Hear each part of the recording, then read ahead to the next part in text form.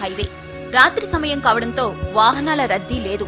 ఎలాగూ వెహికల్స్ రావట్లేదు కదా అని ఓ పేద రిక్షావాలా హైవే పైకి రిక్షా తొక్కుకుంటూ వచ్చేశాడు. సరిగ్గా అదే సమయంలో ఓ ట్రక్ శరవేగంగా అట్టే దూసుకొచ్చింది.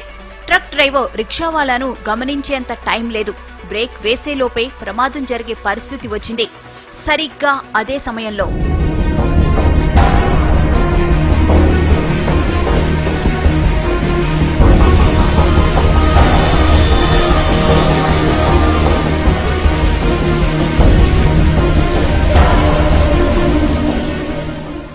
ఇది జరిగిన ఘటన. ట్రక్ డ్రైవర్ ఖచ్చితంగా ప్రమాదం జరిగిందని, తాను ఎవరినో గుద్దేశానని భావించి గబగబా ట్రక్ దిగి వచ్చాడు. అటు ఇటు అంతా చూశాడు. ఎక్కడా ఏమీ లేదు. ప్రమాదం జరిగిన ఆనవాళ్లు లేవు. అసలక్కడ ప్రమాదం జరిగితే కదా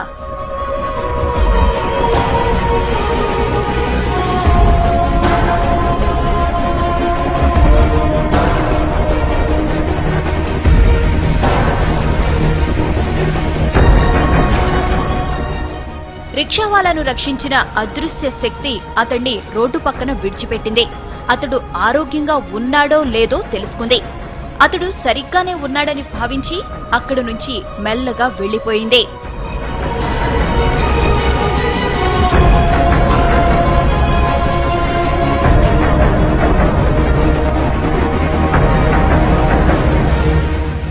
ఇంతకీ ఆమె ఎవరు?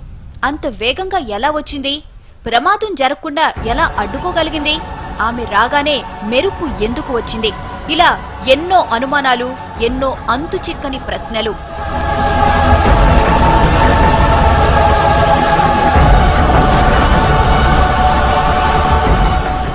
అంత వేగంగా మెరుపులా వచ్చింది కాబట్టి ఆమె ఖచ్చితంగా గ్రహాంతర వాసేనంటున్నారు కొందరు. గ్రహాంతర వాసే అయితే ప్రమాదం జరుగుతుందని ముందే ఎలా ఊహించిందని ప్రశ్నిస్తున్నారు ఇంకొందరు.